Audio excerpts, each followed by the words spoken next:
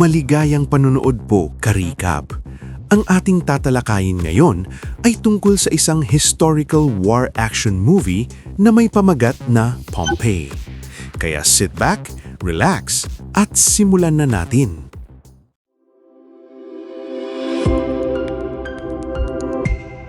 Parang niebe ang bagsak ng abo mula sa bulkan.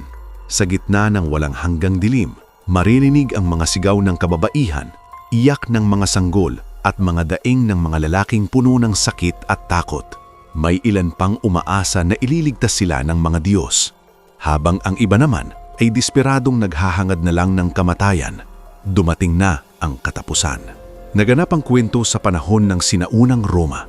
Noong 62 AD, isang tribong Celt ang brutal na pinaslang. Isang batang lalaki ang nakasaksi habang pinatay ang kanyang ama sa pamamagitan ng espada. Ang kanyang ina na sinubukang protektahan siya ay nadaganan at nayurakan ng mga kabayo hanggang sa mabali ang kanyang mga buto. Hindi nangahas umiyak ang bata. Tahimik siyang humiga sa lupa at nagpanggap na isa ring bangkay. Maya-maya, itinapon siya sa isang hukay at naipit sa mga bangkay ng kanyang mga kababayan.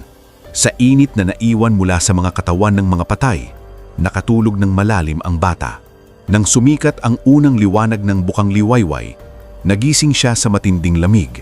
Pagtingin niya pataas, nakita niyang nakabibiting patiwarik ang kanyang mga magulang sa isang puno at tila naghalo na ang kanilang mga katawan sa tuyo at baluktot na mga sanga. Napuno ng galit ang puso ng bata, pero wala siyang magawa. Napakabata at napakahina niya para mailibing man lang ang kanyang mga magulang. Naglakad siya ng walang direksyon sa gitna ng kagubatan. Hindi alam kung saan siya dadalhin ng kanyang paglalakbay. Tinamaan siya ng malakas na ulan at lalo lang nanginig ang kanyang mahina at payat na katawan. Bigla, may mga mabibigat na mukhang lalaking lumapit at marahas siyang binuhat. Saka sinuri ang kanyang mga ngipin na parang isa lang siyang alagang hayop. Sa ganoong paraan, ang huling Celt na si Milo ay naging isang alipin. 17 taon nang lumipas. Ang kabisera ng Britanya ay natabingan ng malakas na ulan, pero kahit anong lakas ng buhos nito, hindi nito maitatago ang amoy ng dugo sa arena. Ang mga alipin ay naglalabanan hanggang kamatayan sa gladiator pit, at tanging ang panig na mabubuhay ang maituturing na panalo. Mula sa mga upuan, binabato ng mga manunood ng insulto ang mga bangkay ng mga natalo habang masayang sumisigaw para sa mga nanalo. Tuwang-tuwa sila sa karahasang kanilang nasasaksihan. Ang dating mahina at walang laban na bata ay naging pinakamatinding makinang pumatay.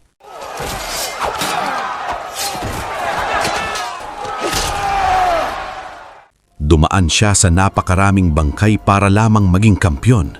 Matapos ang laban niyon, ibinenta si Milo bilang alipin sa isang marangal na pamilya at isinama sa isang mahabang paglalakbay na naglakad.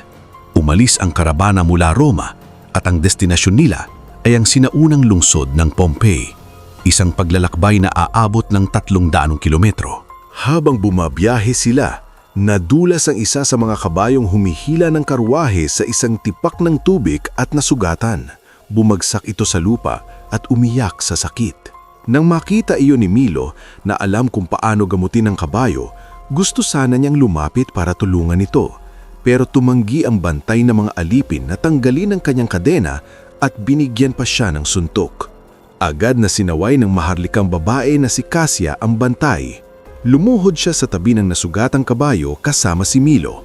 Sa gabay ng mga sinabi ni Milo, pinisil niya ang sugat ng kabayo at sa mismong harap niya, marahas na ibinalik ni Milo sa tamang pwesto ang na-dislocate na buto. Nailigtas ang kabayo, pero muli na namang inalipusta ng bantay si Milo. Tinawag siyang isang magaspang na barbaro habang nagmamadaling tinitiyak na hindi natatakot si Cassia. Hindi siya pinansin ni Cassia. Sa halip, taos-puso siyang nagpasalamat kay Milo. Sa paglalakbay nila, madalas sumulyap si Cassia mula sa bintana ng karwahe papunta kay Milo. Kitang-kita sa kilos niya ang unti-unti niyang nararamdaman at hindi iyon nakaligtas sa matalas na paningin ng kanyang katulong. Hindi nagtagal, nakarating ang karabana sa Pompeii. Mabilis na bumaba si Cassia mula sa karwahe. Masayang tumatakbo at natatawang tinatahak ang masisiglang lansangan. Ang buong lungsod na ito ang kanyang tahanan dahil siya ang nag-iisang anak na babae ng gobernador, ang pinakamahalagang yaman ng Pompey. Lumaki siyang naliligo sa pagmamahal, kaya tinitingnan niya ang mundo ng may inosente at mabuting puso. Taus-puso siyang nagmamalasakit sa lahat ng nabubuhay na bagay. Pero kabaliktaran naman niya si Milo. Lumaki siyang naliligo sa karahasan at maging sa Pompey, kailangan niyang mabuhay sa pamamagitan ng pakikipaglaban at pagpatay. Araw-araw, gumugulo sa kanyang panaginip ang imahe ng brutal na pagkamatay ng kanyang mga magulang. Ang paghihiging lang ang nagtutulak sa kanya para patuloy na lumaban at mabuhay. Makalipas ang ilang araw, isang engranding paligsahan ang gaganapin sa arena. Para mas lalo pang pag-ibayin ng laban ng mga alipin, nagbigay ang may-ari ng arena ng isang napakagandang pangako. Ang sino mang manalo sa kampyonato ay palalayasin mula sa pagkaalipin at magkakamit ng tunay na kalayaan. Nang marinig iyon, lalo pang uminit ang dugo ni Milo sa sobrang excitement at agad niyang hinamon ang pinakamalakas na lokal na gladiator, ang itim na alipin si Atticus. Bagamat ensayo lang ang laban na iyon, buong-buo pa rin ang ibinigay ng dalawa.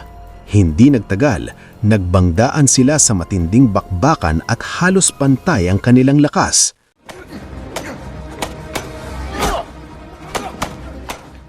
Wala agad makapagsabi kung sino ang mananalo. Ang iba pang mga alipin ay bumuo ng malaking bilog sa paligid nila, sabik na pinapanood ang pantas na laban. Pero sa tuwing may maraming tao, may laging mga oportunistang salbahe. May isang palihim na naglabas ng maliit na kutsilyo at biglang sinubukang saksakin si Milo sa likod. Mabilis na itinulak ni Atticus si Milo palayo at sinipa ang kutsilyo para mailayo ito.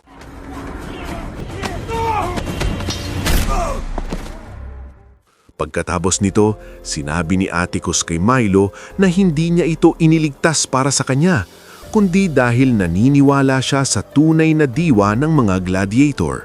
Gusto niyang lumaban ng marangal, at kahit matalo siya, mas gugustuhin pa niyang mamatay ng malinis at may dangal sa arena.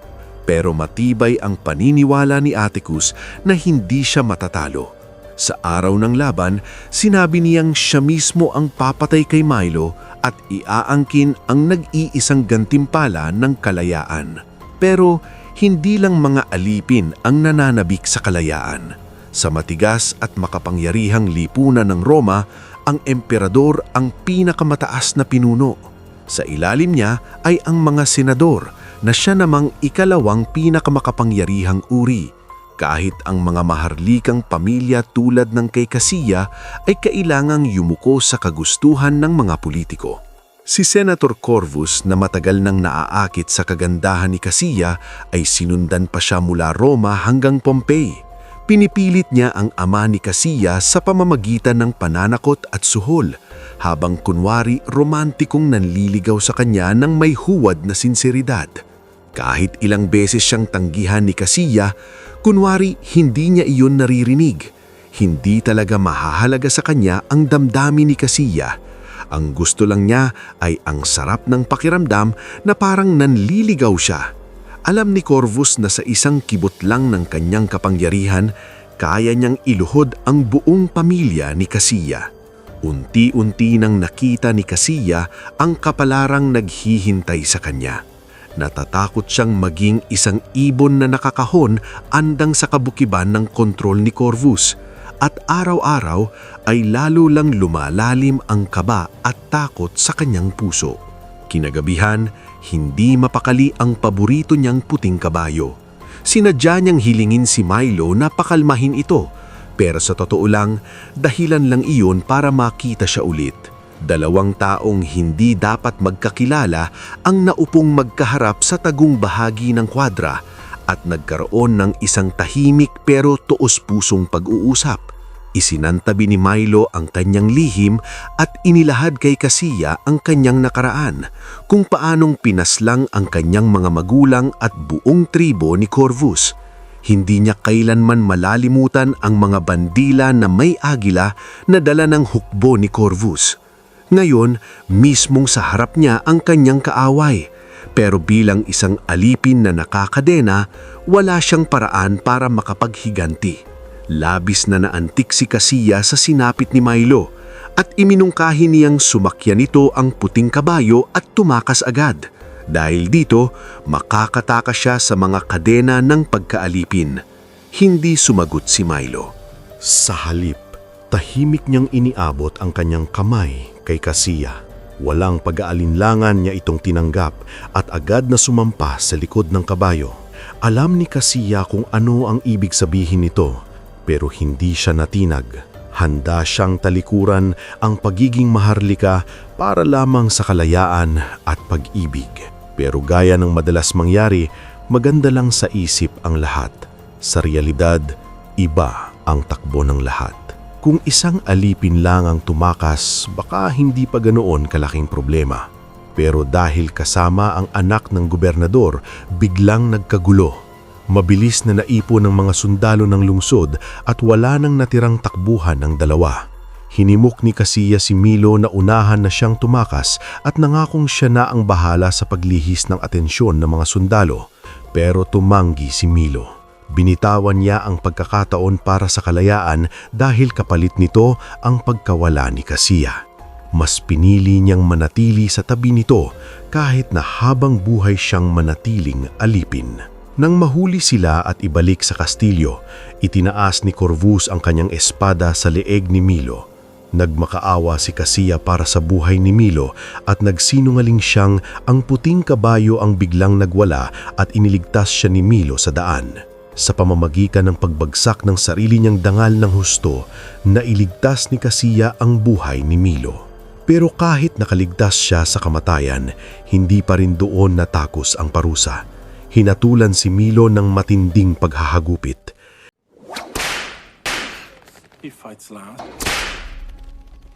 Kahit ganoon kabigat ang parusa, hindi pa rin kumalma ang galit ni Corvus. Para sa kanya, pag-aari na niya si Casilla at hindi niya matitiis ang ideya na may isang alipin na humawak man lang sa kanya.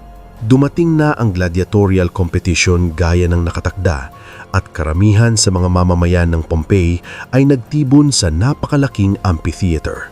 Sa pinakamaluwag at pinakamagarang viewing platform nakaupo ang mga maharlika at ang bituin ng araw na iyon ay ang mga gladiator sa arena, kabilang sina Milo at Atticus. Ayon sa orihinal na patakaran, isa-isang lalaban ng mga kalahok hanggang sa may matirang kampyon. Pero biglang binago ni Corvus ang mga tuntunin. Ginawa niyang team combat ang labanan sa halip na one-on-one duels. Nagpasok siya ng isang napakalaking kahoy na poste sa gitna ng arena at ikinadena ang mga paa ng mga gladiator dito para limitado lang ang kanilang galaw sa isang maliit na lugar. Pagkatapos, pinayagan pa niyang sumali ang mga alipin na hindi naman talaga kwalipikado para lumaban. Binihisan sila ng baluti ng mga sundalo at binigyan ng pinakamagagandang sandata. Malinaw ang intensyon ni Corvus. Gusto niyang ipalaban ang mga kalahok sa laban na hindi patas. 10 laban sa 100. Hindi na ito kompetisyon. Isa na itong madugong masakre. Mabilis na ibinato ng mga nakabaluting alipin ang kanilang mga sibat at sumugod ng buong lakas gamit ang kanilang mas maraming bilang. Agad na umakyat si Milo sa isang dekoratibong bato at pinangunahan ang kanyang mga kasama na umiwas at bumawi sa tamang pagkakataon.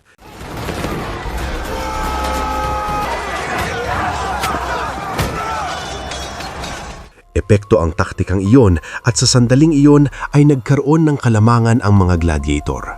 Pero walang katapusan ang bilang ng mga nakabaluting kalaban. Kahit ilan pa ang mapatay, may dumarating pang mas marami. Hindi nagtagal, napagod ang ilan sa mga gladiator at brutal na napatay gamit ang mga bakal na espada. Sa tindi ng galit, dumalon si Milo sa gitna ng mga nakabaluting alipin at isa-isa niyang pinatumba ang mga kalaban ng may bilis at lakas.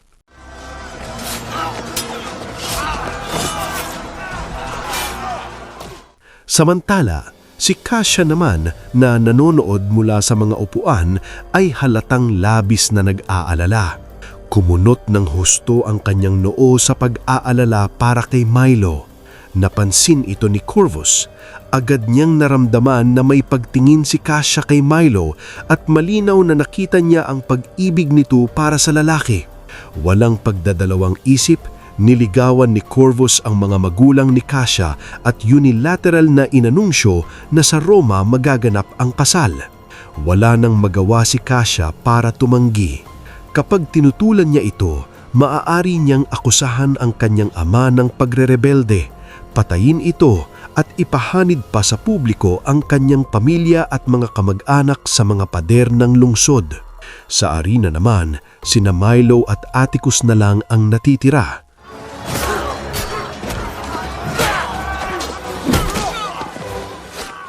Lumalaban si Milo sa harapan habang si Atticus ay naiwan sa likuran at tinataga ang kahoy na poste hanggang bumigay ito na nadaganan ang isang malaking grupo ng mga nakabaluting alipin.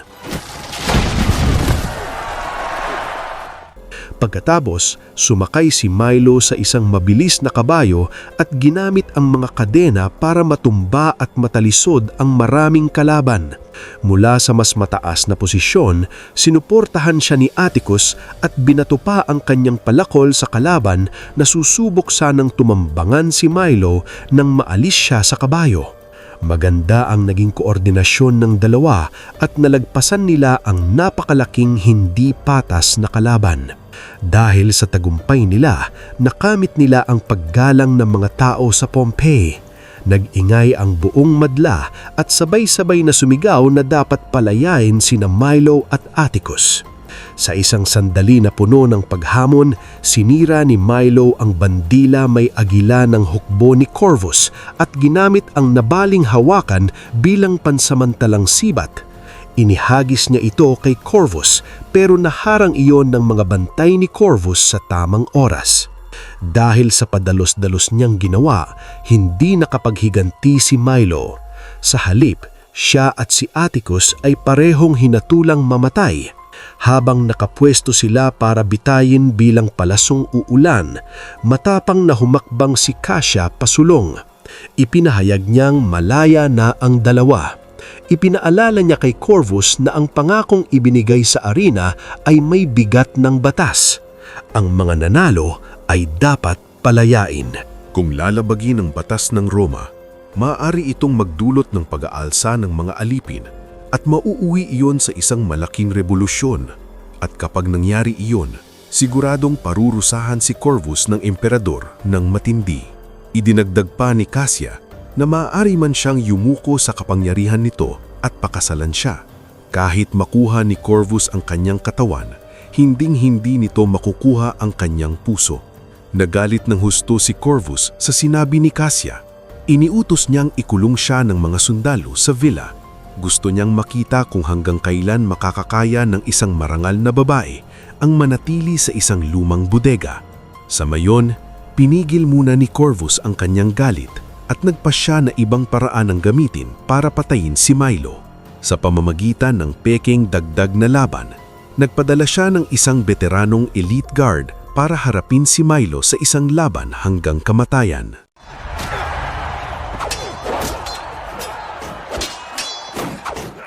Sa mismong sandaling iyon, pumutok ang bulkan malapit sa Pompeii at nagbuga ng nag-aalab na lava.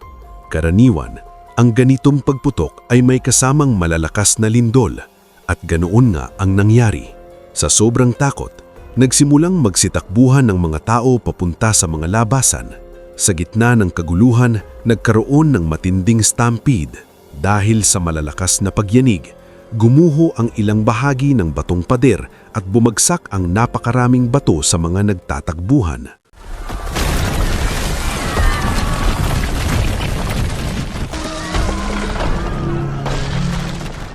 Makalipas lang ang ilang sandali, bumigay rin ang marangyang viewing platform sa pinakamataas na bahagi ng arena. May bitak na bumiyak sa gladiatorial arena at sinamantala iyon ni Milo para dakmain ang elite guard at tumalon pababa sa underground prison. Doon, Hinila niya ang lever para buksan ang mga hawla at pinalaya ang lahat ng mga alipin. Pagkakita roon ng elite guard, tumakbo agad ito para iligtas ang sarili. Pero hindi ito sinundan ng mga pinalayang alipin. Sa halip, pinalibutan nila ang overseer at sa loob lamang ng ilang sandali, pinagsasaktan nito hanggang sa mapatay.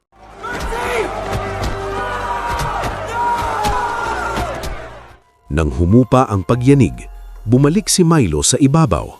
Wasak na ang arena at napapaligiranan ito ng napakaraming bangkay. Sa gitna ng pagkawasak, may narinig siyang mahinang sigaw ng paghingi ng tulong. Sinundan niya iyon papunta sa mga upuan at nakita ang nanay ni Cassia na buhay pa. Sinubukan siyang iligtas ni Milo pero naipit ang katawan nito sa ilalim ng isang batong haligi kaya hindi na siya maigalaw. Mahigpit niyang hinawakan ang kamay ni Milo at gamit ang natitira niyang lakas, sinabi niyang nakakulong si Cassia sa villa.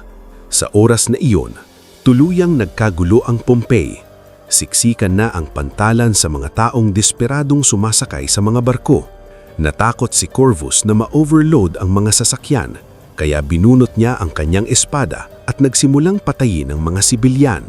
Mas lalong nagnalit ang pulkan at nagbagsak ng naglalaglab ng mga bato sa buong lungsod.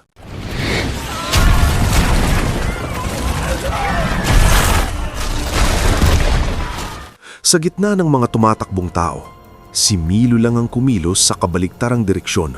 Ang pupuntahan niya ay ang pinakamalapit na villa sa bulkan, kung saan nakakulong ang babaeng mahal niya. Ang babaeng nagsugal ng sarili niyang buhay para ipagtanggol siya at handang gawin ang lahat para makamit niya ang kalayaan. Pagdating ni Milo sa villa, nawalan na ng malay si Cassia dahil sa makapal na usok. Nang marinig niya ang tawag ni Milo, dahan-dahan siyang nagmulat ng mga mata at kitang-kita sa kanyang mukha ang hindi makapaniwalang gulat. "Para sa akin, bumalik ka?" Agad na kumuha ang tapat na katulong ni Cassia ng isang basong kubig at pinainom siya ng madami at mabilis. Pero habang papalayo siya para kumuha pa ng isa, biglang gumuho ang villa at agad siyang natabunan ng isang malaking bato.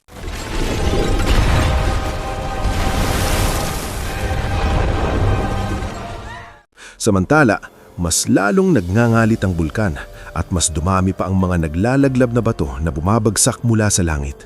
Ilan sa mga barko na nakaalis na ay tinamaan at lumubog. Ang dati ng payapang dagat ay umatungal sa lakas ng malalaking alon. Sa gitna ng kaguluhan, umakyat si Atticus sa mataas na lugar at nakita ang isang napakalaking pader ng tubig na rumaragasa papunta sa lungsod. Sumidaw siya at binalaan ng mga tao na bumalik. Pero huli na ang lahat. Karamihan sa mga nagsisiksikan sa pantalan ay nilamon ng tsunami. Ang mga nakaligtas naman sa baha ay danaganan ng mga bato na bumabagsak mula sa langit.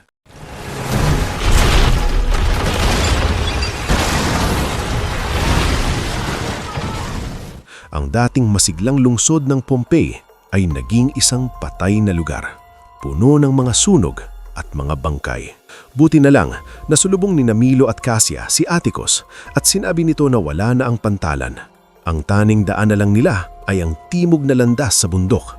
Pero hindi sila makakasabay kung lalakarin lang iyon, kaya kailangan nilang bumalik sa arena para humanap ng mga kabayo. Pagkapasok nila sa arena, nakita ni Cassia ang mga upuang gumuho. Napagtanto niyang iyon na ang libingan ng kanyang mga magulang at hindi niya napigilang magpaalam sa kanila ng tahimik. Binigyan siya ni Milo ng sandaling mapag-isa siya. Pagkakita nila sa puting kabayo, nawala naman si Cassia. Lumabas na naisip din ni Corvus na gumamit ng mga kabayo para makatakas sa daanan ng bundok. Nauna na pala siya sa arena at kinuha si Cassia mula sa mga upuan. Nang makabalik si Milo at Atticus, nakakulong na si Cassia sa isang karwahe. Pumili si Corvus ng ilang mabilis na kabayo at umalis sa arena kasama si Cassia. Naiwan ng mga elite guard bilang panglalagag o pampabagal para hadlangan si Milo at Atticus.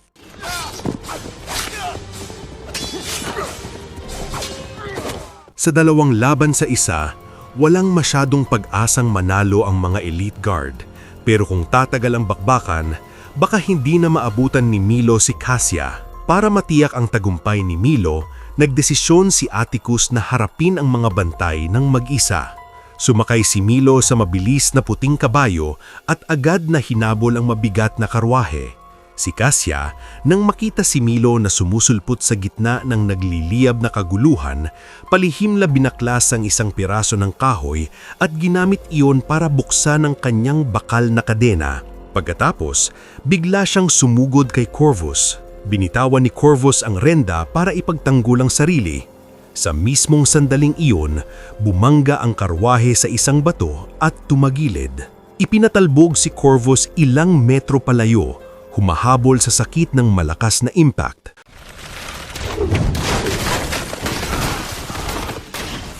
Buti na lang, si Cassia na nasa loob pa rin ng karwahe ay hindi nasaktan. Dahil nagkawatak-watak ang mga kabayo sa iba't ibang direksyon, wala nang takas si Corvus. Wala na siyang magagawa kundi harapin si Milo sa isang laban hanggang kamatayan.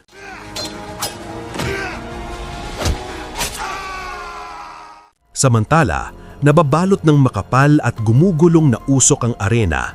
Ilang round na ring lumalaban si Atticus sa elite guard, pero unti-unti na siyang napapagod at napapaatras.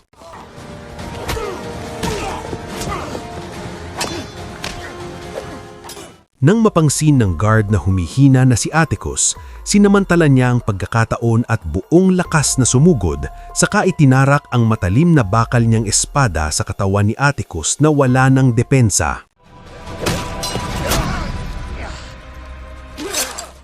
Habang nakatayo sa ibabaw niya, kinutya siya ng guard at tinawag na wala ng kwentang alipin.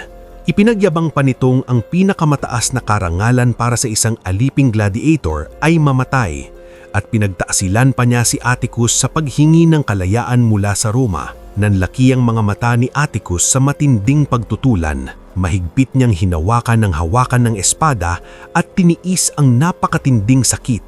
Gamit ang nabasag na bahagi, bigla niya itong itinarak sa carotid artery ng kalaban.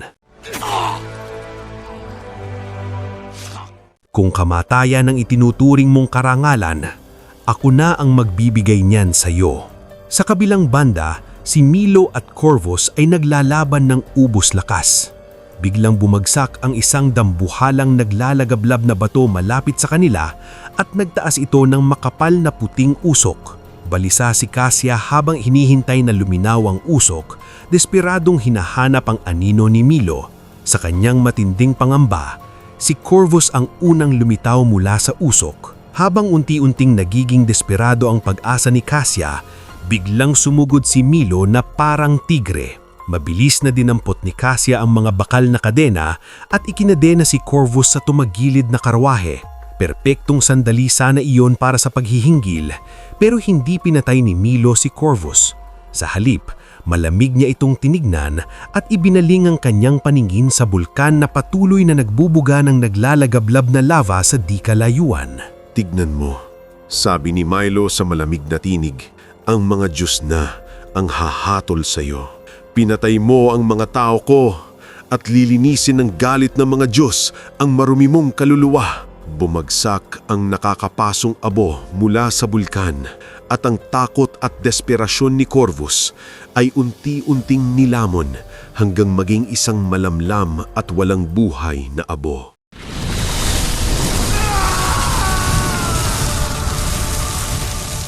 Samantala, itinaas ni Atticus ang kanyang kanang kamay habang naghihingalo at sumigaw, "Sa wakas, malaya na ako!" Dinala ng puting kabayo ang mga magkasintahan palayo sa sinumpang lungsod. Pero hindi nila matatakasan ang kamatayan. Dumadagundong ang abo ng bulkan pababa sa kanila. Hindi makatakbo ng mabilis ang kabayo dahil sa bigat nilang dalawa. Handang isakripisyo ni Milo ang sarili niya at inutusan pa niya si Cassia na sumakay na lang mag-isa para makaligtas. May natitira pang munting pag-asa para sa kanya pero tumanggi si Cassia. Marahan niyang pinalo ang kabayo at pinakawalan ang tanging pagkakataon nilang mabuhay. Mahina, ngunit malinaw niyang sinabi kay Milo, Hindi dapat sayangin ang huling sandali natin sa pagtakas. Kung ang pagsabog na ito ay isang sako naman o isang bagay na kahanga-hanga, gusto ko lang itong tahimik na pagmasdan. Kasama ka. Masaya ko na sa sandaling ito ng pagbagsak, hawak ko pa rin ang isang sariwang rosas. Mahal kita, isang pag-ibig na mananatili kahit sa kamatayan. Ang ating pag-ibig ay magiging walang hanggan sa gitna ng pagwawasak na ito. Unti-unting naglalahawang eksena sa abo at dito nagtatapos ang pelikula, mga karikap. Kung nagustuhan nyo ka-recap ang movie recap natin ngayon, ay inaanyayahan kita na mag-subscribe at pakipindot na din ng notification bell para palagi kang updated sa mga susunod naming videos. Maraming salamat sa panonood. Hanggang sa muli!